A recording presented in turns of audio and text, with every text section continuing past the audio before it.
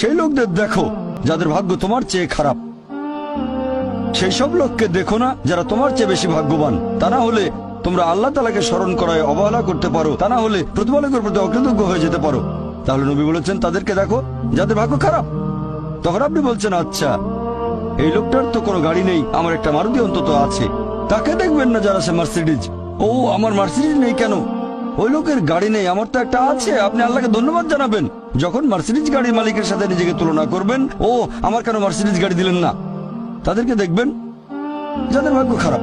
তাহলে আপনি আল্লাহ সুবহানাহু ওয়া তাআলাকে স্মরণ করছেন। আর এটাই বৈশিষ্ট্য মানুষের। এরকম একটা গল্প যে এক লোকের মনে অনেক দুঃখ, কারণ তার কোনো জুতো নেই। তারপরে সে একটা লোককে দেখলো যার একটা পাই নেই। লোকটা অভিযোগ করতো আল্লাহর কাছে যে জুতো নেই, আল্লাহর কাছে অভিযোগ করতো আমার কোনো জুতো নেই। তারপর সেই লোকটাকে দেখলো যার একটা পা নেই। তখন সে আল্লাহকে ধন্যবাদ জানালো, আমার অন্তত দুটো পা আছে। তাহলে সন্তুষ্ট হওয়া একটা পরীক্ষা।